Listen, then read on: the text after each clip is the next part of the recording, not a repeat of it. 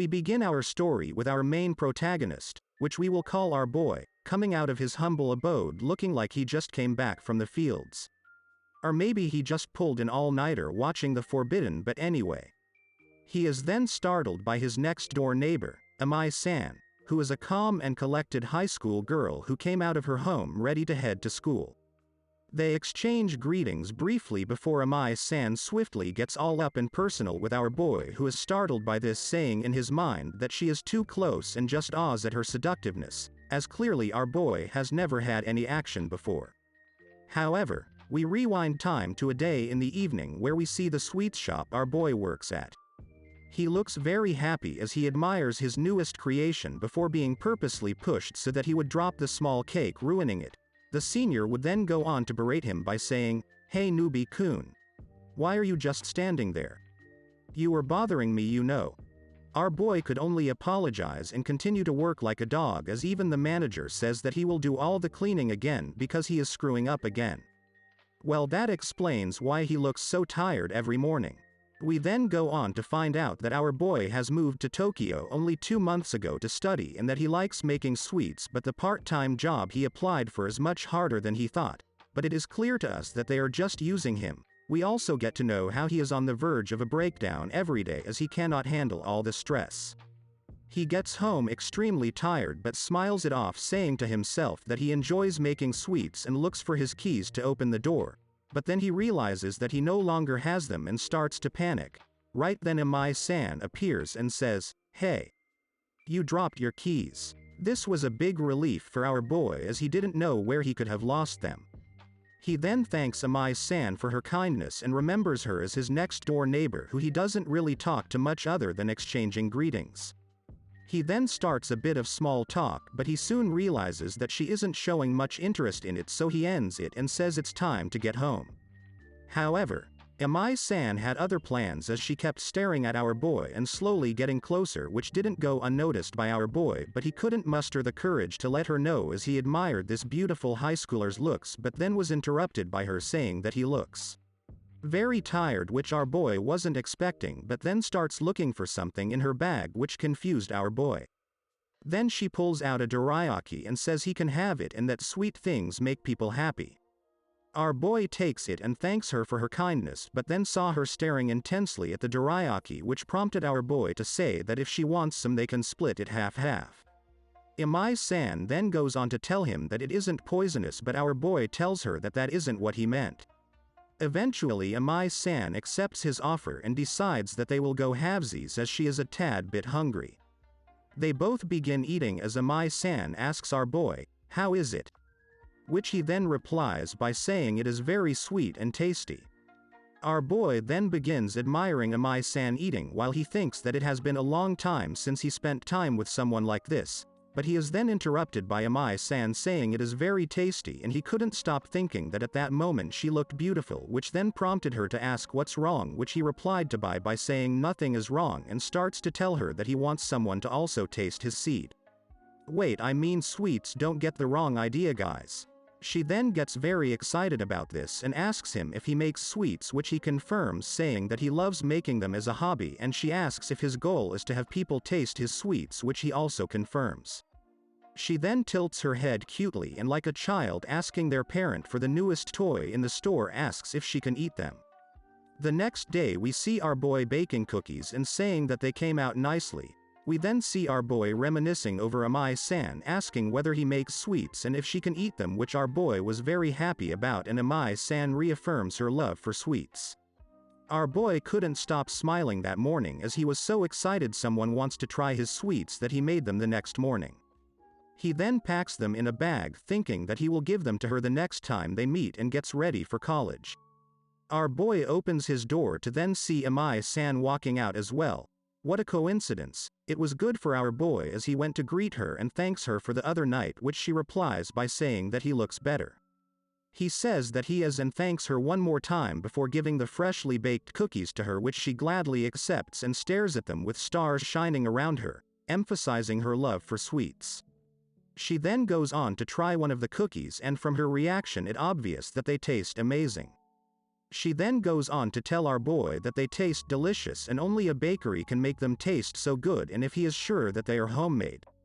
He then confirms that they are homemade and thanks her for the compliment, as says that it's super easy to bake and anyone could make those. She thinks that that is crazy and she surely wouldn't be able to make something so delicious. Our boy, being the gentleman he is, tells her that she surely can and offers his help to her if she wants to try baking. She was surprised at his kindness and asks if he is sure, and she then says that if he is willing to teach her, then can he take her to his house. This came from left field and caught our boy completely off guard. They then agreed on the day, and that day soon came as we see our boy cleaning his apartment so it is nice and clean for Amai-san. He was still in shock that a girl would come to his house and starts questioning whether Amai-san would really come, but as soon as he finished that thought, the doorbell rang indicating that she had arrived. He opened his door to see Amai-san waiting outside holding a bag. She greeted her Oni-san, which our boy then replies with embarrassment. He stuttered out a good morning, prompting her to wonder what was the matter. He then invited her inside, which she then pardoned her intrusion and complimented the cleanliness of the room, which he thanked her for.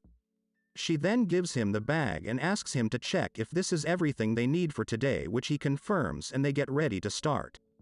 Our boy was star-struck from seeing her in her apron and keeps staring, which prompts her to ask whether she looks weird, but he then lets her know that he isn't the most experienced, but he will do his best in teaching her, and she replies to him by saying she is in his care. They begin baking, and man, do they look good together. Just get married already. Damn, this really makes me feel lonely. Anyway, they finally finish and they begin tasting the finished product. She tasted them and she said that came out well and delicious. He then tries one too and thanks her for the meal. He also says that they are great. And that they did it. This put a smile on her face, and she proceeds to put up a peace sign and thanking our boy and saying that she really could do it. She then also asks him to teach her other stuff, which he agrees with.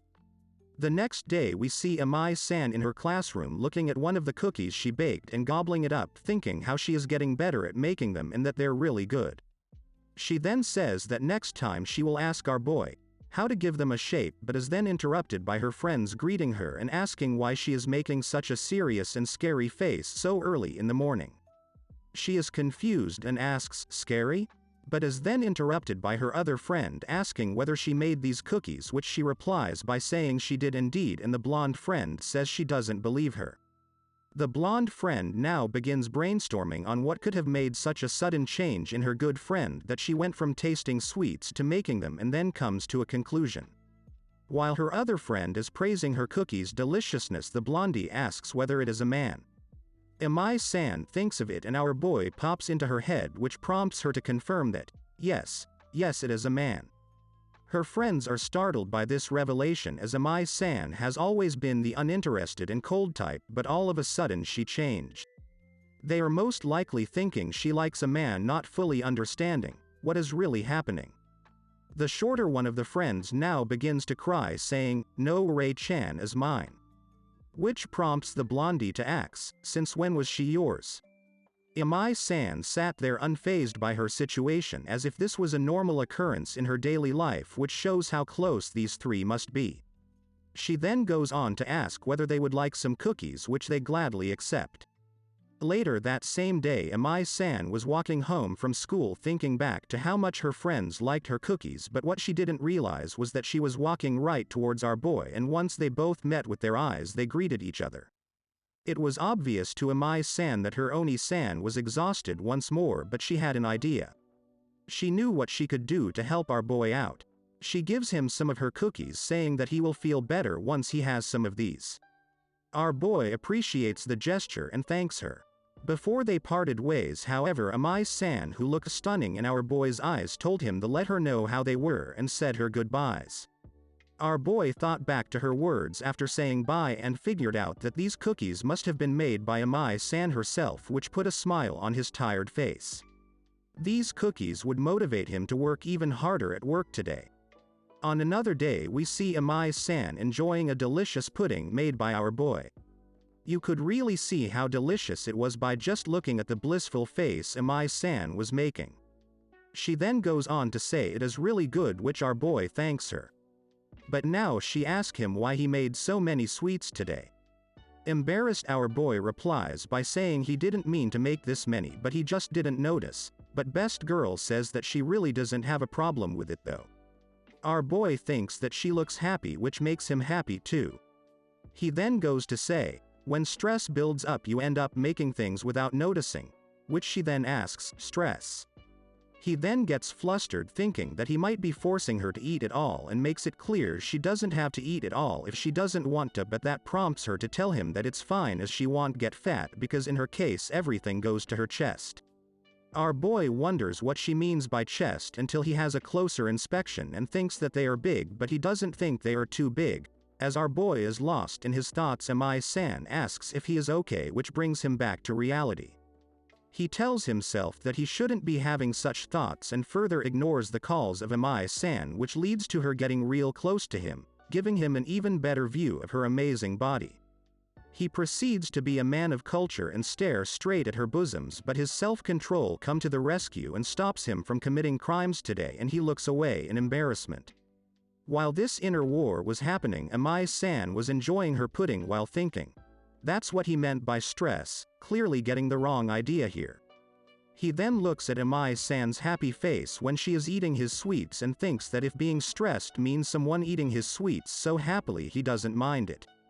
This reminded Amai-san to ask why our boy doesn't hang out with people, which he replies with saying that all he does is study and work, so he never has time to go out, which prompted her to suggest they hang out time, which caught him off guard. That is the end of the recap for now, but part 2 will be out very soon, trust me guys.